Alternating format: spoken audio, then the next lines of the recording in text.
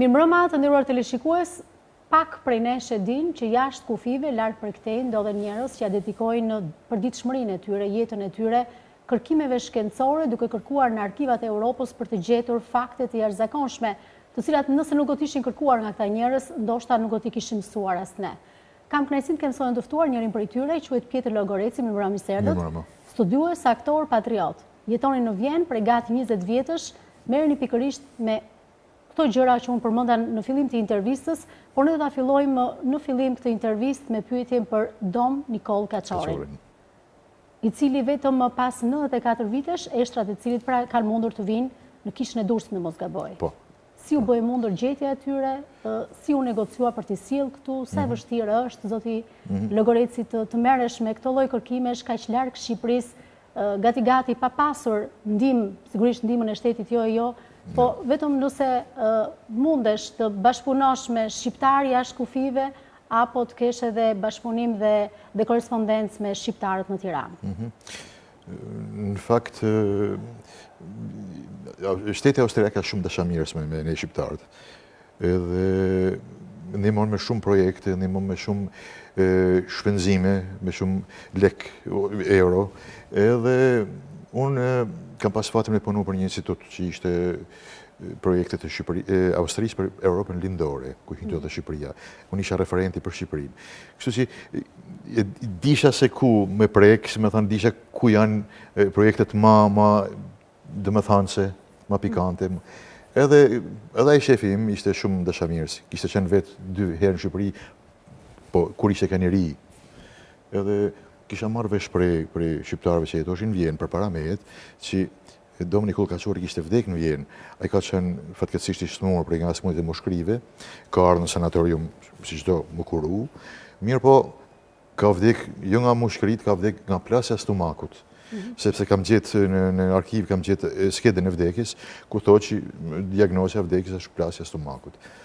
Edhe njëtë me këtë spitalin, ku ka qenë kisha Maria Troj, ku i kanë bërë ceremoninë mortore, ma me prej aty e kanë marrë kanë qunë varezat qendrore të Vjenës. Edhe për koincidencë ka kënë me që vendi ku ishte vorri Dom Nikol Kaçorit ishte parcela e parë në të gjithë, sepse vareza qendrore e Vjenës është një qytet, shkohet me autobus me stacione, ka që madh është. Edhe pra ishte lokalizuar si varr, por ishte lanë në harres. Bile, kur kam shkuar, ne kam gjetë molu me shkure, me të ardhë të zërë, me të ardhë tur për i vedit. Mirë po, ka pas një tentativ nga një i familjari ti, një djalë që jeton në Kanada, por Austriak janë shumë konservativë dhe aty afër për fatkeqësi është një pemë që më kanë thënë shqiptarët e hershëm që ditën që ka vdek Nikol Kaçori që avaros, atë pemë ka vendosur Aleksandar Mojsiu për ndër ti. Kështu flitet. Edhe Austriak nuk lejoshin hapjen e varrezës për aty se na bjen pema. Edhe me ndërhymjen e këtij shefit tim që ishte shumë i fuqishëm në Austri, por me kam uljen teme, se i kam nej afër, dosha mi realizuat punë, sepse ka qenë një figurë që është për të lavdëru, për të krenuar gjithë nevet. Edhe atëherë ai më hapi rrugën, erdhi policia pyjore, bani ekspertizë që nuk bjen pema, mandej hapën varrin 3 metra thellë. Nuk e dishim a do dalin kockat, sepse ishin 2 lufta botërore mes lëvizin varrezat. Se është dhe ligji austriak që nëse nuk pagun taksën e varrezës për 5 vjet, të heqin, të vënë një grop përbashkët me tjerët. Nën kryetari i parë, domethënë i qeverisë parë shqiptare, çfarë keni zbuluar pikërisht në Vjenë, zoti Llogoreci për këtë? Ka pas shumë, Austria ka pas disa konsulate në Shqipëri, edhe për fatmirësi ato kanë bërë informacione për çdo gjë. Ka informacione aty edhe për zgjelljet, ka informacione edhe për mirëvajtjen e besimeve në Shqipëri. Dhe qysh në atë kohë është thënë, si më thënë, që të mos për Shkodrën, që ishim katolik, musliman, edhe thote që i ka pas edhe në një konflikt që ka qenë i futur nga ana e Serbisë, tani janë pasqyruar atë dokumenta origjinal. Pra, i kam pas në dorë edhe është një kënaqësi e veçantë. Njëkohësisht edhe për Kaçorin, kur kam sepse aty ekziston dosja pavarësia, është një kuti e madhe që janë mund të jenë një 300 dokumenta mbrapa, të gjitha origjinale. Që flitet për përparësinë e Shqipërisë. Pra sepse Ismail Qemali, përpara se me ngrit flamurin në Vlorë, ka qenë në Vjenë, në Budapest, me Kontin Bertol që ka qenë ministri i jashtëm, bisedimet, edhe ka marrë udhëzimet, ka marrë ndihmë financiare për me ngrit flamurin. Dhe kjo dosje ndodhet të gjitha ndodhen këtë dosje, po. Edhe isha kurioz më i hap. E mora dosjen sepse jam i abonum, veç njeriu dorë, sepse janë dokumenta origjinal. Edhe pash gjitha të dokumentat që fliqen për pavarësinë e Shqipërisë, proces verbale, bisedat, gjitha proces verbale të bisedave të Ismail Qemalit me diplomatët e Vjenës. Në këto ishin edhe disa letra të Kaçorit, që për çudi, nuk e di pse. Alo sot pse kam marrë vesh, nuk ishin kap në dorë dhe që ishin votu, nuk kanë dalë asnjëherë në shtyp. Edhe isha unë i pari që i shifsha, sepse aty ka një listë. Në qoftë se unë shkoj kërkoj një material, do shënoj emrin. Shënosh emrin dhe çfarë dokumenti ke shqyrtuar. Ditën kur isha edhe pse i du. O je familjar, o je merresh me historian, studios e tjerë. Pra, këtë dokumente ishin pa dalë. Më ka ardhur mirë nga një anë, po më ka ardhur edhe keq nga ana tjetër, që kanë shumë historian dhe nuk i kanë zjarrë dokumenta, edhe viun, mas sa vjet që i zjarri. I kanë botuar te shqiptara.com. Janë dokumenta shumë interesant. Janë proces verbalit sepse ky ka qenë i dënuar nga qeveria turke për trafik armësh. Sepse në faktikisht ai ka furnizuar malësorët e zonës të Kurbinit me armë, sepse ishte një ndër kryesorët që organizoi kryengritjen që solli pavarësinë mbrapa. Pra në qoftë se Ismail Qemali ka qenë ai që u mor me diplomaci, Dominik Kaçori ka qenë një nga ata që ka përgatitur këtë. Trimi i luftës ka qenë apo lloj pens. E kështu që janë të gjithë dokumentacionet aty. Janë disa letra, për shembull, sepse ky u dënu nga qeveria turke 10 vjet burg. Me ndërhymin e qeverisë austriake, ju ul në 2 vjet, edhe e xorën nga burgu, dhe e banin qelkist aty izolum për mas pedal jashtë, me të drejtë paraqitet në polici. E kështu që gjithë ky dokumentacion origjinal nuk e njifte. Bile ka është një biograf, Hajreddin Sufi ka bërë një libër shumë të bukur për te, me të vërtet shumë të bukur, por këtë periudhë ka të ertë, periudhën e burgut, sepse s'ka pas dokumentacion, nuk ka qenë i zoti me dalë, sepse ka shpenzime, me ardhën në Vjenë, me kërku, se ndoshta edhe ka ditë. Kështu që ndoshta nuk e din që ndodhen në Vjenë. Ndoshta se ka ditë, po ndoshta edhe për arsye financiare, sepse kena gjetë shumë dokumenta si për Kaçorin, por ashtu për Mjedën, për shembull, për Gjergj Prekmezin, për Dominikol Gazullin, janë shumë. Pra gjithë historia e Shqipërisë, që ne nuk e njohim, jo, në fakt është interesant, është formuar një grup me historian dhe ndoshta nuk e di nëse janë interesuar apo janë duke marrë materiale pikërisht nga kjo dosje që ju thoni që dhe mund të shërbej asaj që përflitet për vitesh rishkrimi i historisë shqiptare. Mendoj që duhet jetë pa edo se duhet jenë trajtuar sepse faktikisht janë, por ka dhe elementat shumë të veçantë, detajume. Ashtu dhe ajo që thoni ju, po, mund kërkojnë detaje që me fiksu historinë, me rishkru historinë që janë dy bashkëndëstarë tonë, me fiksu ta me detaje, sepse aty janë gjitha shkru me bisedat. Ndërhymjet e austriakëve, fjalët e Ismail Qemalit, si deshti, si s'deshti, janë gjitha këto. Zoti Logorici, ishte iniciative a juaj personale për t'i rinxhirë këto eshtra dhe për t'i sjellë në Durrës ndihmë nga kush? Ju thatë që kishit ndihmë nga një projekt në Vjenë, por nga ana shqiptare, sepse duhet ketë edhe një lloj, le të themi, mikpritje për a priti dikush, a ndihmoi dikush nga autoritetet shqiptare për ardhjen e eshtrave të Dominikol Kaçorit? Nuk jam diplomat që me i kësaj pyetjes, me thanë drejtën, s'më ka ndihmu kërkush. Bile është në procedurat e çvarrimit të eshtrave dhe të sjelljes të hymjes në territorin shqiptar, është një formular që plotësohet që shteti shqiptar i pranon këtë. Edhe këtë zakonisht e bën Ministria e Jashtme. Alas, sot e kësaj dite s'ka marrë përgjigje për këtë punë. Ajo punë ka kry me kohë, por flas si procedurë. Një përgjigje zyrtare ende nuk kanë mbritur. Sa që ne kena pas ambasador në atë kohë, Vili Minarolli, da firma mund se po që u kry kretë procedura me të veç për një firmë. Ishte puna me për biletet më ardhë. Edhe atëherë firmohesi me dashamirësi ambasadori. Por, Ministria e Jashtme, hiq. Përveç kësaj, më vjen shumë keq sepse i kam lajmëruar të gjithë politikanët. I kam lajmëruar që do e sjellim. I kam marrë në telefon personalisht, i kam çuar email personalisht, I kam gjitha emailët origjinale, edhe asnjëri s'na doli në rinës me na prit, absolutisht përveç familjarëve, edhe gjithë banorët e Durrësit marr. Krenari, prej mend që më dridhet trupi tash. Kur I kam pa ditë më prit në rinës mush plot. Edhe me ta keq, një burr kaq I mall, që ka shkri jetën prapë dhe unë. Me përfundua ashtu, unë s'kam qenë prezent se më kam marrë me një avion tjetër mrapa, për arsye shpenzimesh, edhe sargun e nisi me Austria Airlines. Kur kam ardhur që kam marrë një atreqe rekord më vonë, familjarët e kishin marrë sargun, pavarësisht se unë kisha autorizimin, edhe kur I kam pa në internet fotografia që ishte me atë thesin e ambalazhit, nuk kam çfarë të them.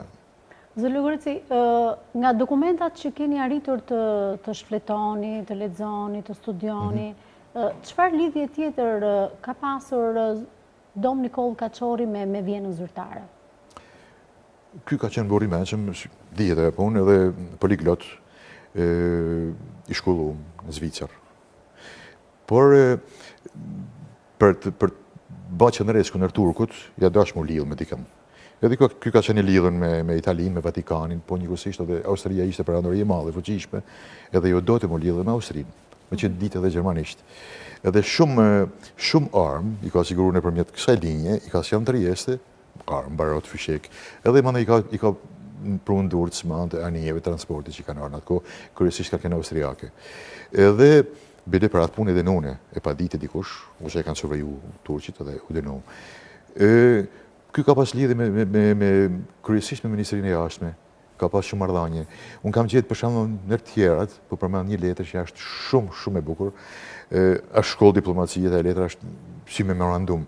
Pra është një letër që Kaçorri me shkrimin e fantastik tin, me kaligrafi mrekullueshme, I shkruan kajzrit e Austrisë që shpëtohet mirë në Shqipëni, atë vogël Shqipëni pa u coptu.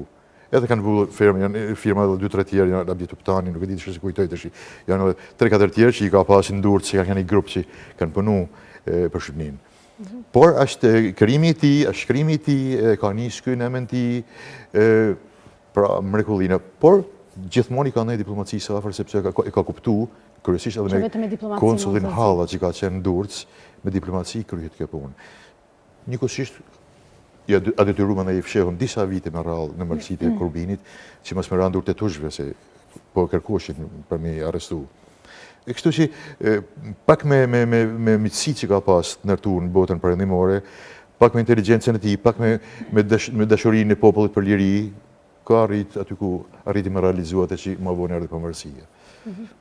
Në fakt nuk është vetëm Dom Nikol Kaçori, është interesante sepse me Vjenën kanë lidhje shumë shqiptar të shquar, është Aleksandër Mojsi, një ndër aktorët me famë botërore. Kush ka qenë lidhja e këtij njeriu me Vjenën? Në fakt, unë kam qenë e pranishme, ja përmenda edhe më parë, kam qenë e pranishme gjatë vendosjes së bustit të Aleksandër Mojsi, nga ish presidenti Mojsiu, që ka qenë I pranishëm. Në fakt është e vërtet që emocionet kur dëgjon për njerëz të tillë kaq të shquar që janë shqiptar, por që në Shqipëri ose një brez tjetër pa kush e di që këta kanë prejardhje shqiptare. Kush ka qenë lidhja e Aleksandër Mojsiu? Me thënë drejtën shqiptar ka edhe tjerë, edhe sot.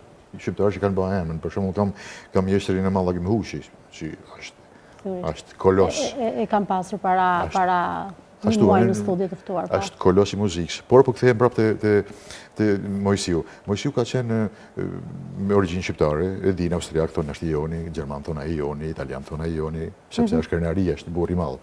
Edhe mirë po në enciklopeditë e huaja shkruhet që ka në thonë shtam, ka rranj shqiptare. Është shumë e rëndësishme. Mirë po ky për arsye sepse babai I tij në atë kohë kishte firmën edhe punoi kishte zyrën në Trieste, familja ishte shku për jetesë më të mirë në Trieste sepse aty ishin mundësia shkollimit të fëmijëve se fëmijë shumë. Këtu në Shqipëri, në Kavaj, nuk ishte mundësia, ose ishin shkolla që turke, ose italiane, do të me mësu gjuhët, jo me mësu shqipen.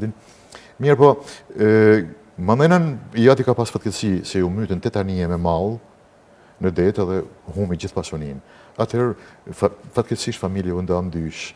Babai majti pjesë të familjes këtu, ndërtoi fëmijë, ishte 2 binjakët edhe Aleksandër I vogël, edhe pjesa tjetër jetoi me nanin në Trieste. Edhe ajo punote shkreta ka bërë gjitha llojet e punëve për me jetu familja. sigur se dhe jati këtu.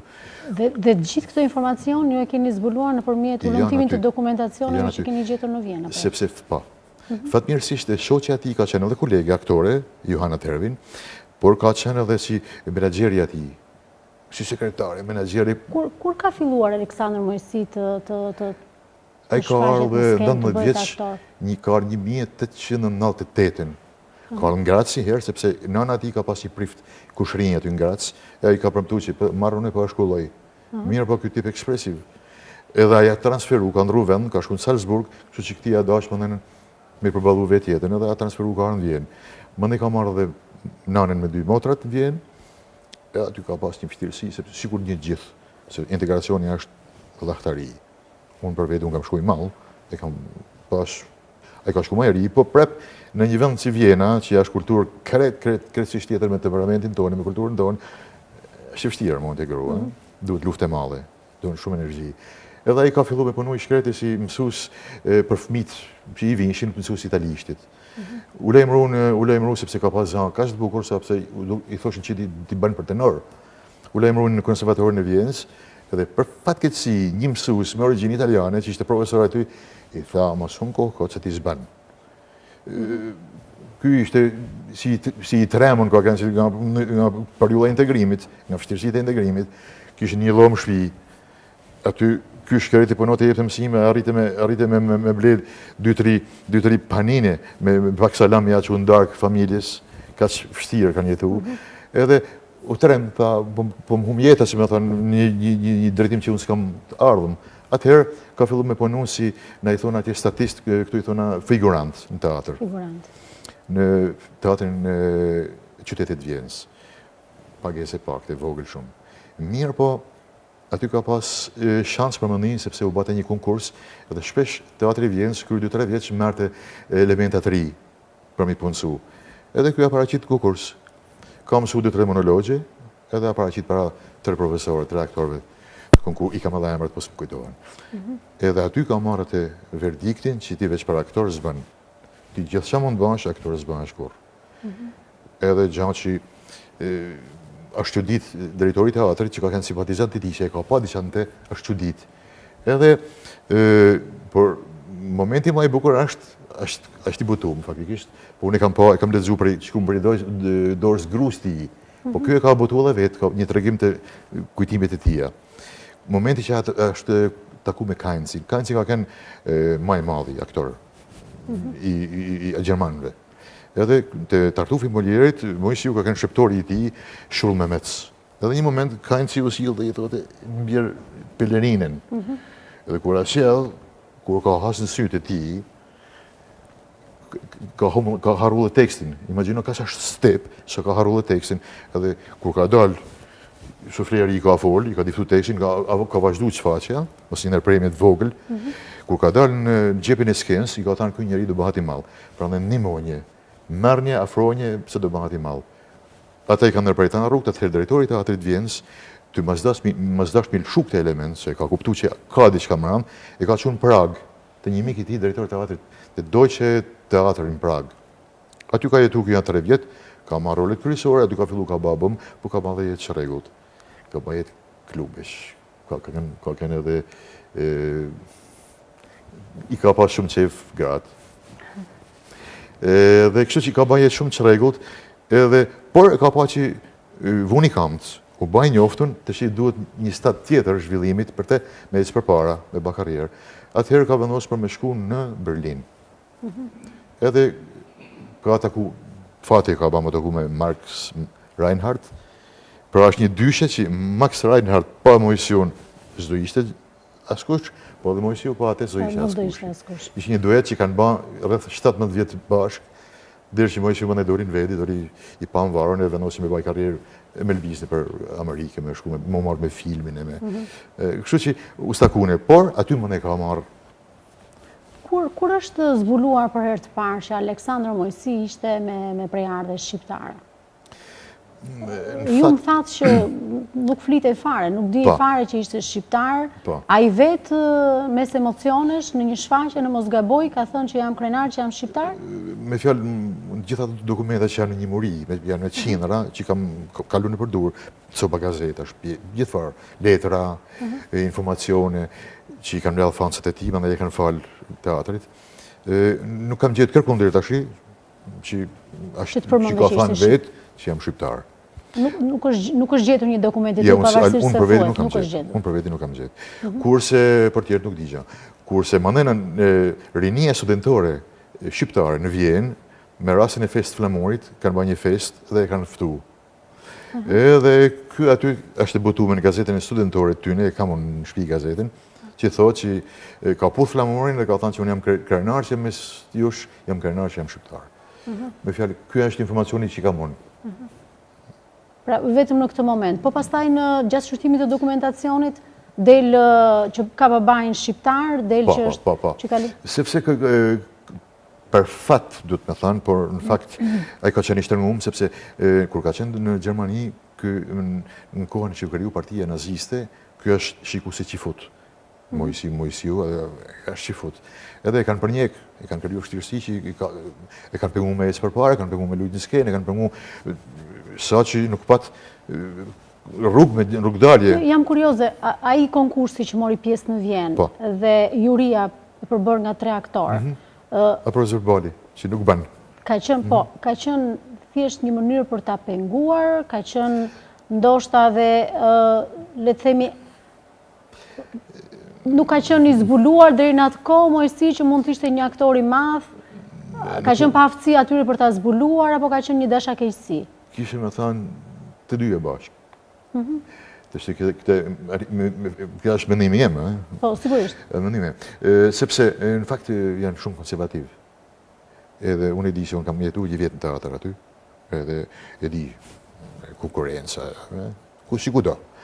Por, kur një huj vjen dhe ban karrierë në Venalit, kja është ku do, jo vetëm në Austri, ka shkopi në rota, si I thonë, ka pingesa, ka... Edhe ky ka qenë edhe I ri, keqdash I ka pas, s'kan kënë nështë edhe të aftë, atë kanë kënë aftë për aktor me lujtë për vedin s'kenë, po s'kan kënë aftë me pa tjertë. Edhe kjo mund tjetë. Por, fakti është, profesor-verbali është që ti nuk banë për këtë punë. Edhe ajo banë ma I madhin, e I thonë Deutsche Raum, I thonë Austri, Gjermani, Zvicër, toka Gjermane, Gjermanisht Foricit. Ma I madhi gjitha kohë. Keni gjetur ndonjë deklarat të pikërisht këtyre që kanë firmosur këtë dokument që ky nuk bën, çfarë mund të kenë deklaruar më pas kur kanë parë Mojsiun që ka shpërthyer në famë në këto 3 shtete? Ka shkrime që trajtohet edhe kjo, që thuhet dikur I kanë thënë kështu, por në deklaratë që veçantë nuk kanë pa. Çfarë dokumentacioni tjetër keni arritur të zbuloni për Aleksandër Mojsi? Kam parasysh gjatë vendosjes së bustit të tij u vendos një pjesë nga aktrimi I tij.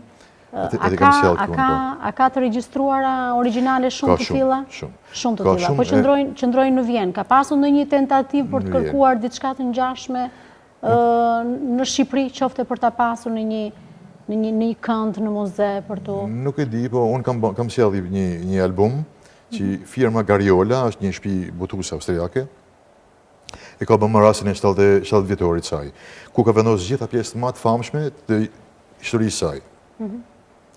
Nër këto është I parja Zori Kajzerit, I ban thirrë ushtarëve me qëndruar në frontin e luftës, I dyti, që është shumë e rëndësishme, shumë e këndshme për të çdo shqiptar, është Zani Mojsiut me Faustin e Getës. Edhe unë e kam ble këtë, mandej kam paprun këtu e kam dhëruar në arkivin e Vjenës, të Shqipërisë. Të Shqipërisë. Zoti Llogorici, me çfarë projekti jeni duke u marrë tani? Çfarë do zbuloni tjetër? Çfarë ka ende të pazbuluar që shqiptarët nuk e dinë? Që thamë autoritetet shqiptare jo nuk janë të interesuara, qoftë edhe nga ana financiare, po qoftë edhe nga mungesa e interesimit për të bërë zbulime të tilla. Nuk e di mungesa e interesimit, s'mund t'i them, po në fakt edhe është edhe mungesa e fondeve, se unë kam pas kontakt me drejtorin e arkivës, ai shkreti ka shumë dëshirë me pas sa më shumë gjana, po mundësitë janë vogla, se duhen financime, duhet marrë dikush atje, hoteli kushton shtrejt. Me thënë drejtën është e vështirë, por aty ka një muri. Por nuk du mu hapë shumë, me thanë drejtë, I kam fillu me Mojsiun e me Kaçorrin, e du mu marrë me këta 2 derën fund. Ka ende për të zbuluar këta të dy. Pra, për Moision për shembull kam edhe 2 arka tjera që mund të jenë edhe një 2000 dokumenta që si kam pa. Kurse për kaqorin të jam të kërku sepse arkivi Bjenc ka arkivin e Kosovës, se Kosova ka qenë në atë kohë vilajet në vedi, por Shqipëria, historia e Shqipërisë, dokumentat për Shqipërinë hinë në perandorin turke, pra është arkivi i Turqisë, ku janë dokumentat tonë, edhe Kosova, vilajet e Kosovës. E këtë që unë që kam prek të dyja, e vazhdoj me kërku. Do merresh dhe me këto të Kosovës, besoj? Po, zdu mu hapë shumë, sa aty ka me qinër, për shumë kam gjithë dokumentat për Gjergj Pekmezin, që në Shqipërisë nuk njifet që Pekmez, por nuk njifet vëmendëria atje, ka kënë bori malë. Edhe mirë, po, kam qefë mu hapë shumë, kam qefë mu marrë me ta 2 figura. Jam të mundu me bale një dishaj liber për Moision, sepse kam gjithë gjana që nuk janë njoftuna. Edhe kam qefë mi bashkë me butu. Për shumë, mund të na shoni në kuriozitet çfarë keni gjetur një gjë që nuk dihet për... Kam gjetur objektet e tije, për shumë. Objektet personale. Kam pas maskën e vdekjes, se para se e shoqja e ka djek trupin e tij në Vjenë, krematorium, e para se mi djeki ka pa maskën e vdekjes. Ishte si në mod në atë kohë, për njerëz të mëdhaj. Dorën e majt, i kanë ba stamp, dorën e majt, flokët e tij, i ka prej 2 qufa flokë, janë të futën në një kuti në gjamit, po. Janë portafolet e tij, janë krahni, është kunora aktori më i mirë i Europës, shoqënuar me një dokument ku thohet që nga një pjesëtar i familjes mbretërore gjermane. A ka pjesëtar të familjes Aleksandr Moisi? Ka, trashëgimtari që rrjedh nga ai është Gidon Buchhardt, është një aktor që lutet në Vjenë, ka pasur historinë me Qenin, si policin me Qenin, Rex, komisar Rex. Ai është djalë, me fjalë, stërnipi i bën me kanë.